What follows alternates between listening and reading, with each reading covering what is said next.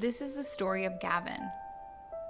This video is part of 7 videos made in honor of Gavin for his 7th birthday. The videos can be watched in order from 1 to 7 or whatever order you choose. Please subscribe to show your love and support. This is Gavin's mother, Danielle, sharing his story.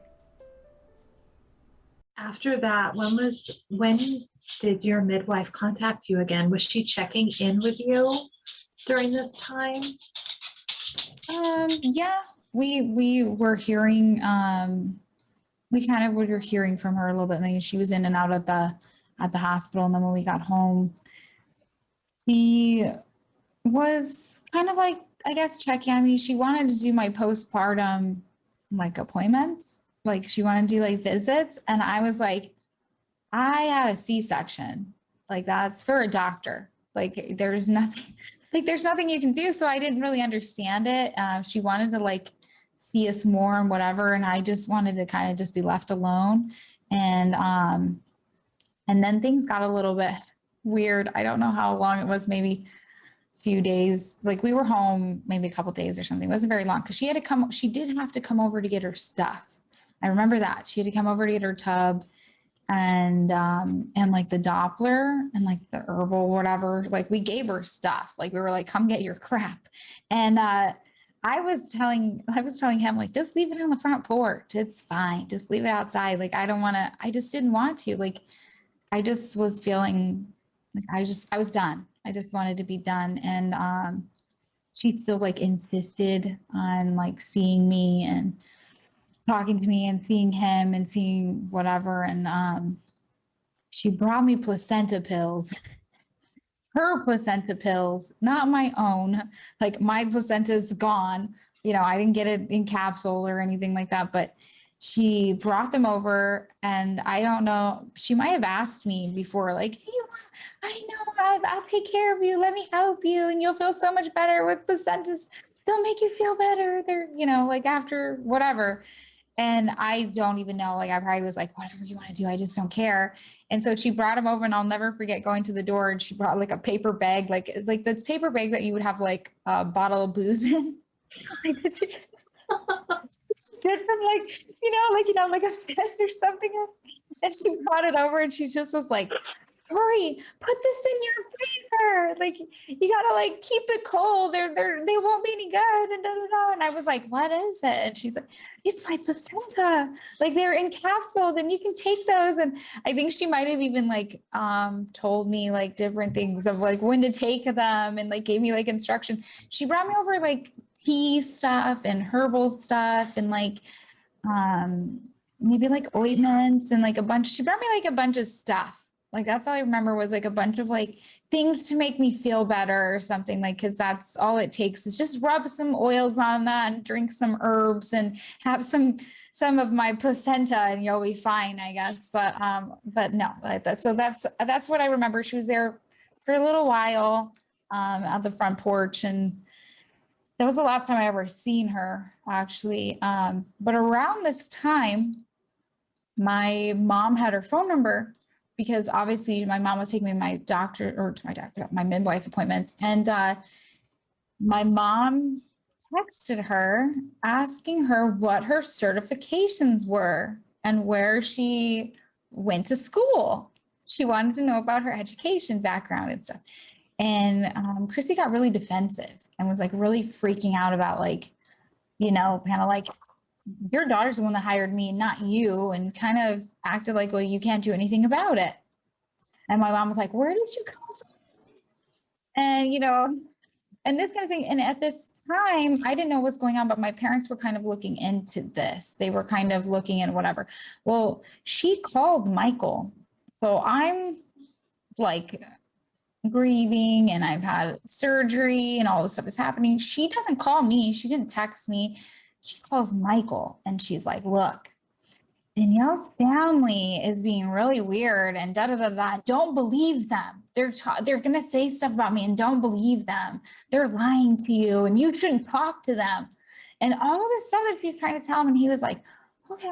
And he gets off the phone like after a while, because I was like, what happened? He's like, I don't know why she's calling me, but something about your parents and something like. And I was like, why would she be calling you about my parents? Like, what's going on with my parents? And so I called my mom. I was like, what is happening with you and the midwife and whatever? And my mom was like, there's a lot of beeping going, beep, beep, of the words that were coming out of my mom's mouth, but because she was not happy. And she's like, all I did was freaking ask her what her certifications were. And now she's all acting whatever. And when my mom's mad, she's mad. Like she's like that mad mom where you're like, oh, just stay out of her way.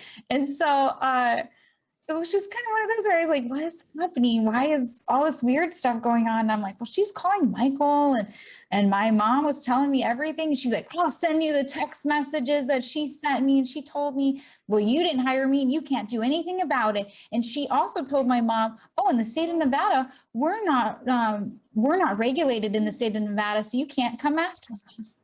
She told me, like, there's no laws in Nevada. And my mom was like, I'll see about that. I'm going to find out on my own, like, whatever.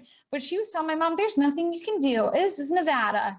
And I was like, what the heck what just happened? Well, in the search of this, as my mom searching stuff, my dad is on Facebook, and my dad's looking around, and he somehow manages to bump into Dr. Amy, who I've never heard of before, ever, and know anything about this whole world of anybody.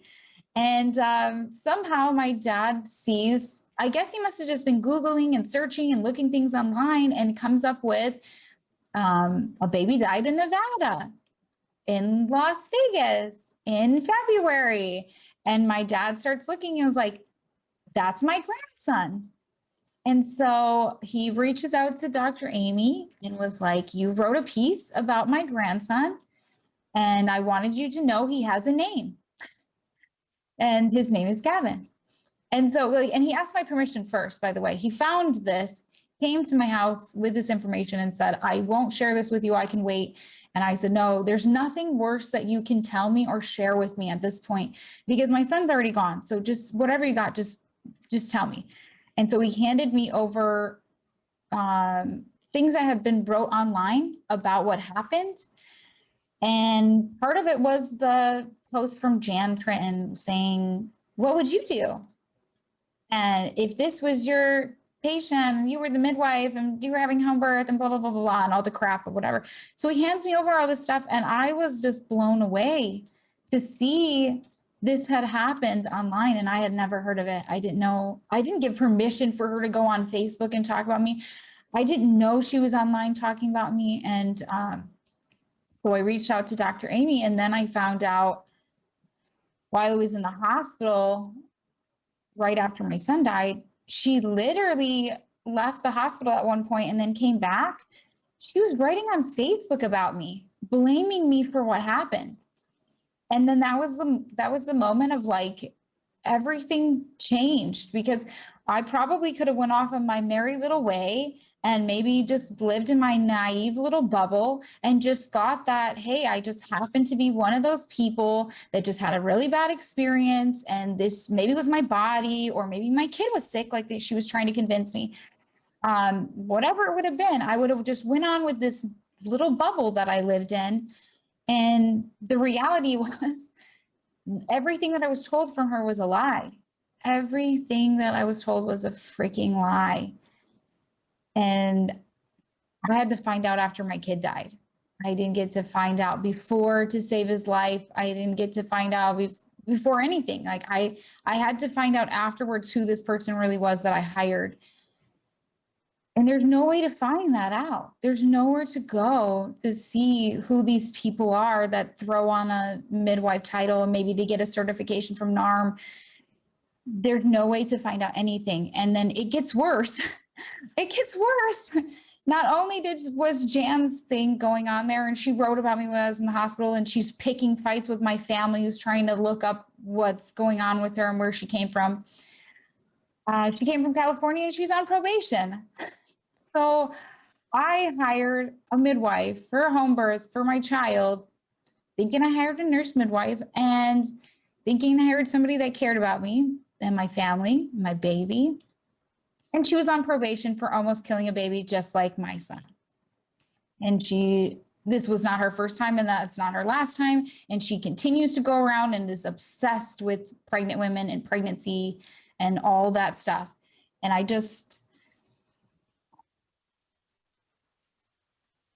hate it because I had to find out in this terrible, terrible way. And I think about how many people are just like me out in America, in the world, that hire these scam artists, and we can't find anything on them, and we believe them, and we trust them, and we think it's safe, and we think they care about us. But when it comes down to it, at a drop of a hat, they will turn on you so freaking fast, and you will be the one left to blame and left dealing with it for the rest of your life. And that is exactly why I created this channel, unfortunately. I hate to even say it, but the truth is, like, I had to make this because I've been silenced, and I've only started sharing the truth about what happened with my kid because she shared garbage about me. And that's the truth, is that she spread so many lies that the only thing I could do, because I couldn't go after her. She's right. There was no laws in my state. I did try everything. We did try to go after her in civil court, and she filed bankruptcy to get out of going to court, and and tried to deny everything. She got her stuff expunged in California. She's just been on the run, and she knows what the heck she's doing. She's a professional, and she's just been hiding and covering and covering and covering.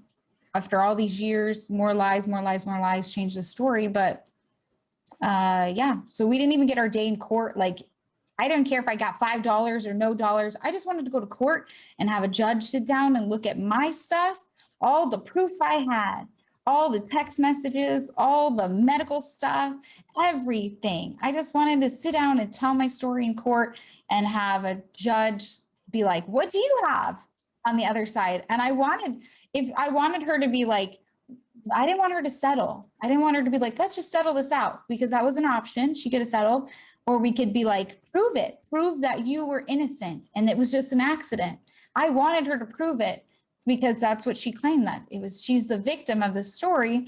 I wanted to do that. I wanted my day to prove to everybody that I've never gotten, that I have all the proof. I have everything to show what you did or didn't do, because I have it in your own handwriting. You wrote it out yourself. So that's, so I didn't get that. So now all I can do is share what happened and hope nobody else uses her and goes with her and follows all their crap, and hope nobody else finds someone else that's very similar to her, because they're all in the same circle, unfortunately. So it's all the same. Definitely. I think, if anything, look for the pattern. It's not hard to spot this, because there's, like you said, they all pretty much say the same thing, and it's the same people. And again, they circle the wagons, and you're left out. And for parents who have found themselves with an injured baby, or their child is lost, there isn't any help, because you will not be comforted by the same people who were so excited for you to have this pregnancy and this birth experience. They'll throw you out if you don't follow the script. Yeah, you have to be part of their story and their narrative that they create, because it's part of a business, and the business only functions and continues going because they have these perfect births, these perfect, beautiful story births that are like fairy tales. They're selling you on some fairy tale birth experience of how beautiful it is to have a water birth, and how wonderful it is for, for your baby to be caught by yourself or someone of your choice of who you want, and not all this medical interventions and all these things that they scare you away from and make it seem like it's so bad and it's so cold. And it's just part of their business. They have to keep it going. And that's why you don't hear about anybody. I can tell you so many different stories about people that have lost babies, but I bet nobody's ever heard about them before. I bet nobody knows their names. Nobody knows their children's names. Nobody knows where they live. They can't tell you anything about them. And because that's what they do. They just cover them up. They just delete them. They just move on. And if it doesn't work out in that way, even if you take them to court and you go after them maybe criminally or there's different stuff, well, I'll just change my name. And that's what they do. They just change their name. They'll move around. They'll do different things to just kind of stay in this world that they live in and that they've created part of their thing. And unfortunately, who gets all the crap from it but the families that buy into it. If you don't end up in that picture perfect birth that they can put online, and nowadays they put a hashtag on it and you're all over social media and everybody's like, oh, it's beautiful, and whatever. If you're not part of that, you're gone, you're disappeared. Everybody is like, doesn't want to hear about you, doesn't want to know about you, and it's your fault. It's not the midwife's fault. It becomes your fault. That's how it is. So You can see that sometimes, I know with your midwife, she has written multiple versions of what happened. And every time she's the victim too. Every time, it's her grief that's so huge. But there isn't any mention of Gavin. There isn't any mention of the things that he would have done or seen or the dreams that you had for him.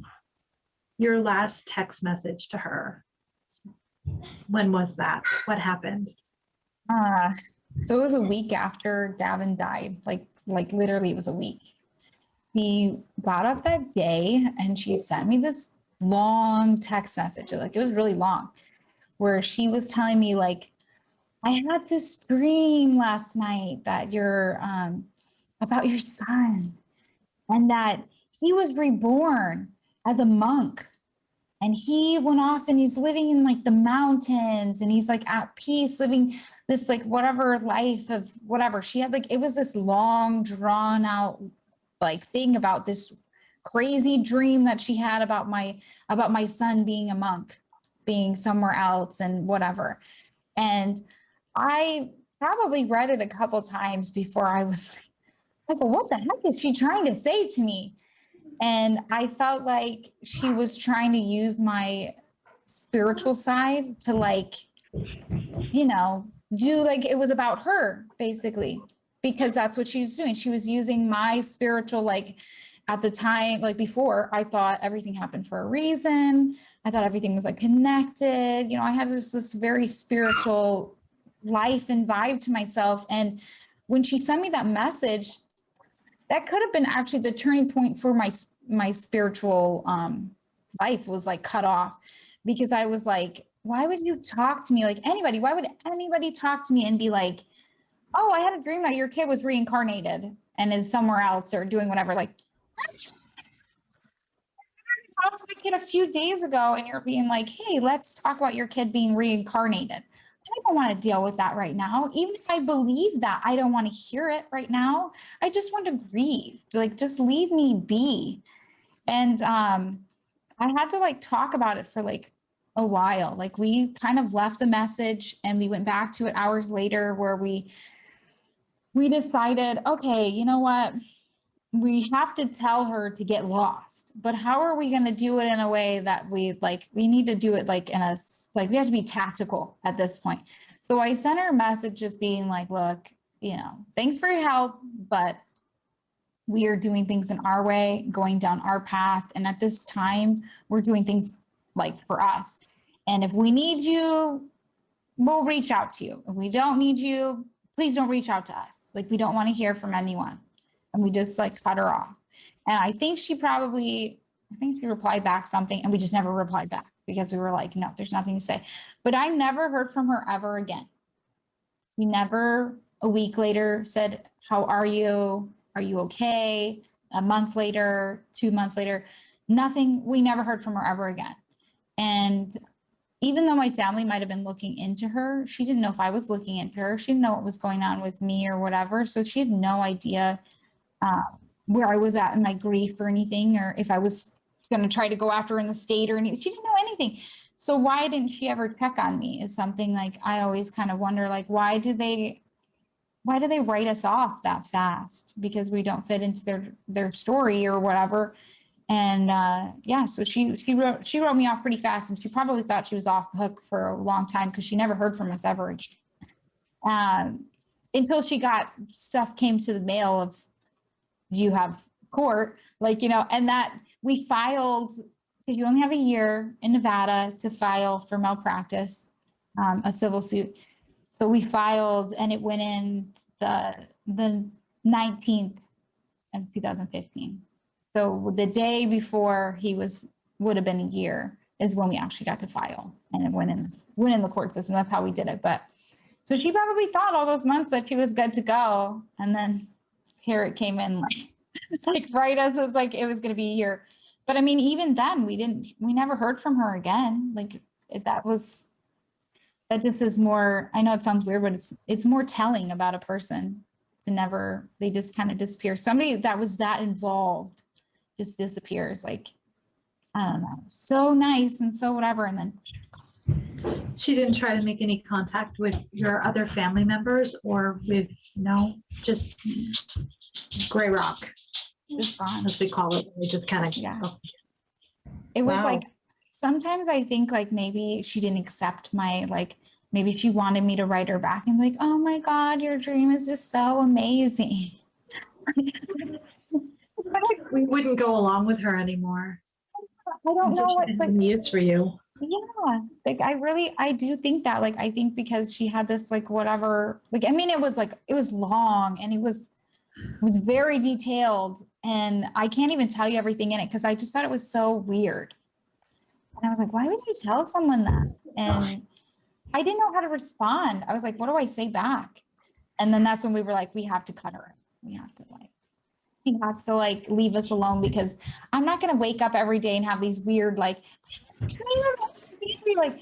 you got to deal with your own stuff and we got to deal with our own stuff. And that's just weird. And so it was weird. It was really weird.